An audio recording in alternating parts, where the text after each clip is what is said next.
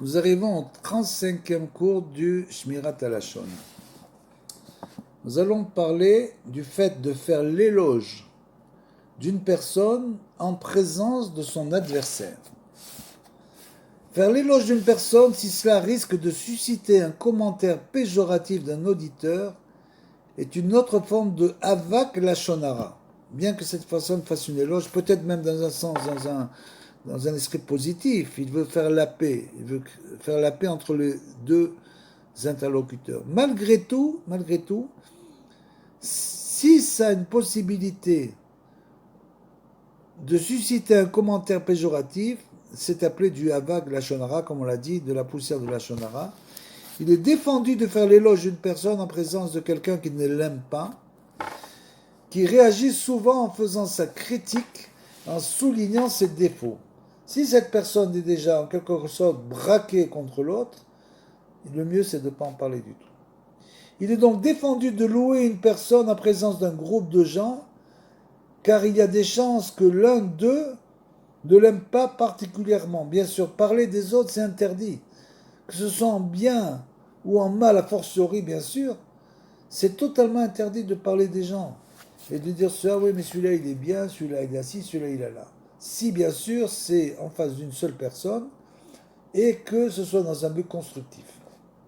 De même est-il interdit de louer un homme d'affaires en présence de ses concurrents, bien sûr, même si ceux-ci affirment qu'il n'éprouve aucune animosité envers lui. Il faut toujours éviter d'exagérer les louanges d'une personne, car cela incite souvent les auditeurs à rappeler ses défauts, même s'ils n'ont rien de particulier contre elle. Pourquoi? Parce que ça incite bien sûr la jalousie, évidemment. Nous continuons donc avec le Sefer Hamalot, qui continue à souligner l'importance de la paix, comme on en a parlé dans les 3 cours précédents. La première tâche de Dieu, après avoir créé le ciel et la terre, fut de créer la lumière. C'est écrit dans Bereshit 1.3, bien sûr, qui symbolise la paix. Comme il est écrit, celui qui fait la lumière et crée l'obscurité, comme on le dit tous les matins dans la tfila, dans le Yotzer, qui fait la paix et crée le mal. C'est un passouk, bien sûr, de Yeshayahu 45.7. Lorsqu'on ne peut acheter à la fois des lumières pour Shabbat et du vin pour le Kiddush, les lumières de Shabbat ont la préséance, parce qu'elles assurent la paix et l'harmonie au sein d'un foyer, comme on le sait. Les lumières Shabbat, c'est les lumières du Shlom Bayit. C'est pour ça qu'il est écrit d'ailleurs que juste au moment de l'allumage, le baldavar se déchaîne pour essayer de créer une marloquette entre l'homme et sa femme. Davka, dans ce moment-là, qui est le moment le plus précieux de la semaine, quand la femme allume les lumières de Shabbat, c'est un moment d'une très grande spiritualité. Il est écrit là-bas que le baldavar se déchaîne et crée une marloquette entre les deux personnes, et que c'est souvent, ça vient par la femme, l'intermédiaire de la femme. C'est pour ça que moi, j'avais entendu une fois des amis qui me disaient, moi je sais très bien que tous ces problèmes viennent exactement comme c'est écrit au moment de l'allumage, donc je considère ma femme dans ces moments-là comme une autre personne, totalement différente. Donc ça veut dire que je lui pardonne, même si elle va s'énerver par exemple au moment de l'allumage, je considère ces choses comme étant des choses totalement naturelles. Ça se passe comme ça tout le temps. Donc à ce moment-là, je ne crée pas bien sûr de dispute à ce moment tellement important. La Mishnah de Gittim 5.8 rapporte un certain nombre de mesures prises par les sages pour assurer l'harmonie dans la communauté. Ces choses-là ont été décidées par les sages parce qu'elles servent à renforcer l'harmonie. C'est le Kohen qui lit en premier, par exemple, bien sûr. Il y a un Seder dans la Beit Knesset, pour ne pas qu'il y ait de marloquette, dans le Sefer HaTorah à la synagogue, puis le Lévi, enfin l'Israël. Car c'est le moyen de renforcer l'harmonie, bien sûr. Pourquoi le Kohen en premier? Parce que justement, c'est le Seder dans lequel on doit lire la Torah. Pas comme c'est dans ces Beth Knesset. J'ai vu des choses incroyables où, pour des raisons XY, ils demandaient au Kohen de sortir pour faire monter plus de gens au Sefer Torah. C'est une chose absolument aberrante. C'est donc uniquement le Kohen qui monte en premier, même s'il est monté 10 fois dans la semaine, il doit continuer à monter. Le Kohen, le Lévi en deuxième et le Israël en troisième, bien sûr.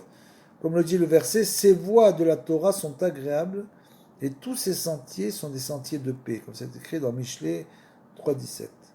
Et donc le Midrash, Bamidbar Rabbah, dit que 13 choses sont extrêmement chères à Dieu. Car la Torah utilise le terme li pour moi à leur propos, ce qui nous enseigne qu'elles sont chéries de Dieu, mais ce n'est qu'à propos de la paix qu'elle emploie 2 fois le terme li, comme il est écrit, mais plutôt qu'on s'attache à ma protection, qu'on fasse la paix avec moi, qu'on fasse la paix, comme c'est écrit dans Yeshayahu 27, 5. Donc c'est un pasouk, un verset assez étrange, et nous allons le relire dans son contexte. C'est donc Isaïe, comme on l'a vu, 27, 5.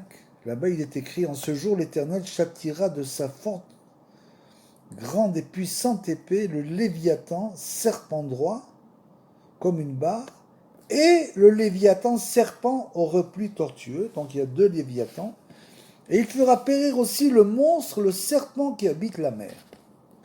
En ce jour, entonnez à son intention le chant de la vigne de délices.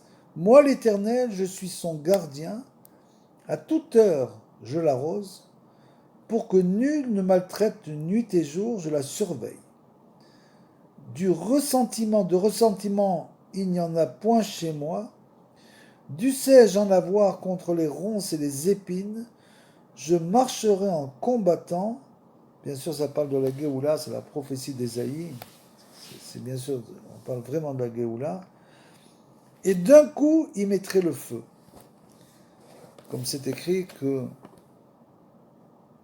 Esav est de la paille et Yosef est un feu. Comme ça c'est écrit. Mais plutôt, nous dit Kadosh Baruch Hu, qu'on s'attache à ma protection, qu'on fasse la paix avec moi et qu'avec moi on fasse la paix. Passage étrange qui nous dit à quel point la paix est importante pour Hachem. Et là-bas il est écrit Ve'az yechazek bemu'ozi ya'ase shalom li, shalom ya'ase li.